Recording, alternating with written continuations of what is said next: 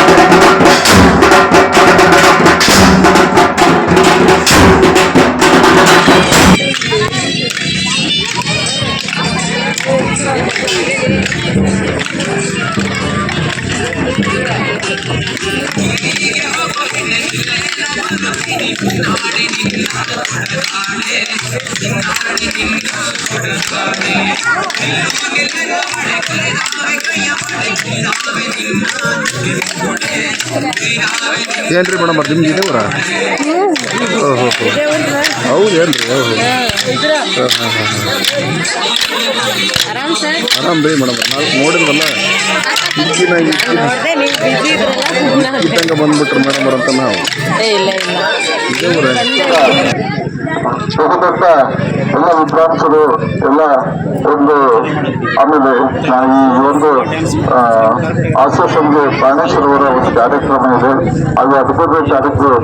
ಏನು 3 ಜನ ಇಬ್ಬರು ಮಾಜಿ ಶಾಸಕರ ಹಾಲಿ ಶಾಸಕರ ಪ್ರಯತ್ನದಿಂದಾಗಿ ಜಗಳೂರಿನ ಜಲೋತ್ಸವ ಅಂತ ಒಂದು ಕಾರ್ಯಕ್ರಮ ನಡೀತದೆ. ಅದಕ್ಕೆ ಸಾಮಾನ್ಯ ಅಜ್ಜಜ್ಜನ್ಯರವರು 40 ಜನ ಪರಿವಾತ ತಂಡದ ಎಲ್ಲ ರೀತಿಯ ಗಾಯಕರು ಕೂಡ ಬರ್ತಾ ಇದ್ದಾರೆ. ಹಾಗೂ 1 ಗಂಟೆ ಜಗಳೂರಿನ ಒಳ್ಳೆ ಇತಿಹಾಸವುಳ್ಳ ಒಂದು ಸಾಕ್ಷ್ಯಚಿತ್ರವನ್ನು ಕೂಡ ಪ್ರಯೋಜನ ಮಾಡಲಿದ್ದಾರೆ. ದಯಮಾಡಿ ಎಲ್ಲ ಕಾರ್ಯಕ್ರಮವನ್ನು ನಾವೆಲ್ಲರೂ ಬಂದು ನೋಡಿ ಆನಂದಿಸಿ ಪ್ರೋತ್ಸಾಹಿಸಬೇಕಾಗಿ ತಮ್ಮೆಲ್ಲರಲ್ಲೂ ನಾನು ಪ್ರಯತ್ನಿಸುತ್ತಾರೆ. ಶ್ರೀಯುತ ಬಿ ದೇವೇಂದ್ರ ಪ್ರಸಾದ್ ಅವರ ನೇತೃತ್ವದಲ್ಲಿ ಒಂದು ಕಾರ್ಯಕ್ರಮಗಳು 2 ಸಹ ನಡೀತಾ ಇದ್ದಾವೆ. ಮೊಟ್ಟ ಮೊದಲದಾಗಿ ಈ 2 ಕಾರ್ಯಕ್ರಮಗಳಿಗೆ ನಾನು ಜಗಳೂರಿನ ಸಮಸ್ತ ಜನತೆಗೆ ಆರ್ಥಿಕವಾದ ಸ್ವಾಗತವನ್ನು ಬಯಸ್ತೇನೆ. ಈ ಒಂದು ರಥದ ಕಾನ್ಸೆಪ್ಟ್ ಕೂಡ ನಮ್ಮ ಕನ್ನಡ ಸಾಹಿತ್ಯ ಸಮ್ಮೇಳನದ ಪದಾಧಿಕಾರಿಗಳು, ಮಾನ್ಯ ಶಾಸಕರು ಹಾಗೂ ಸರ್ವಾಧ್ಯಕ್ಷರಾದಂತಹ ರಾಮಚಂದ್ರಪ್ಪ ಇವರ ನೇತೃತ್ವದಲ್ಲಿ ಹೊರಡಿಸಿದರು. ತಮ್ಮ ಎಲ್ಲರ ಗಮನಕ್ಕೆ ಕಳೆದ 1 ವಾರದಿಂದ ಈ ಒಂದು ರಥ ಜಗಳೂರಿನ ಎಲ್ಲಾ ಗ್ರಾಮ ಪಂಚಾಯಿತಿಗಳಲ್ಲಿ ಪ್ರತಿಯೊಂದು ಹಳ್ಳಿಗಳಲ್ಲಿ ಸಂಚರಿಸಿ ಇವತ್ತು ನಿಮ್ಮ ಗ್ರಾಮದಲ್ಲಿ ದೇವಿಕೆರೆ ಗ್ರಾಮ ಪಂಚಾಯಿತಿಯ ವ್ಯಾಪ್ತಿಗೆ ಬಂದು ನಿಂತಿದೆ. ಎಲ್ಲರೂ ಸಹ ತುಂಬಾ ಚೆನ್ನಾಗಿ ಅದಕ್ಕೆ ರೆಸ್ಪಾನ್ಸ್ ಮಾಡಿದ್ರು. ಅದ್ದೂರಿ ಸ್ವಾಗತ ನಡೆದಿದೆ. ಈ ಒಂದು ರಥದಲ್ಲಿ ಎಳೆಯಾಗಿ ನಮ್ಮ ಸಹೋದರರಾದಂತಹ ನಮ್ಮ ನಿವೃತ್ತ ಸಮಾಜ ಕಲ್ಯಾಣ ಆದಂತಹ ಮಹೇಶಣ್ಣನವರು ಪ್ರತಿ ಹಂತದಲ್ಲೂ ಸಹ ಬಂದಿದ್ದಾರೆ.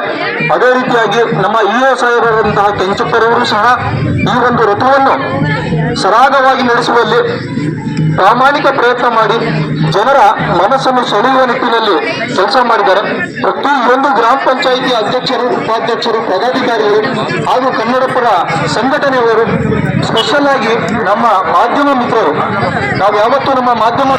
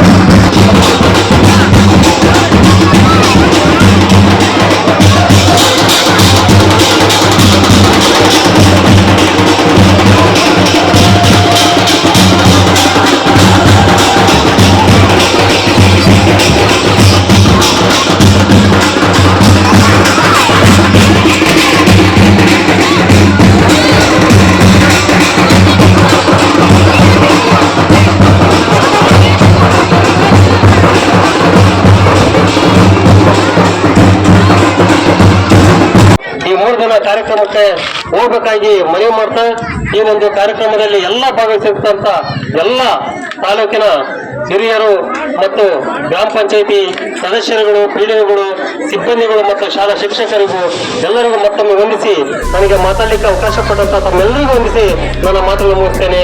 ಜೈ ಹಿಂದ್, ಜೈ ಕರ್ನಾಟಕ.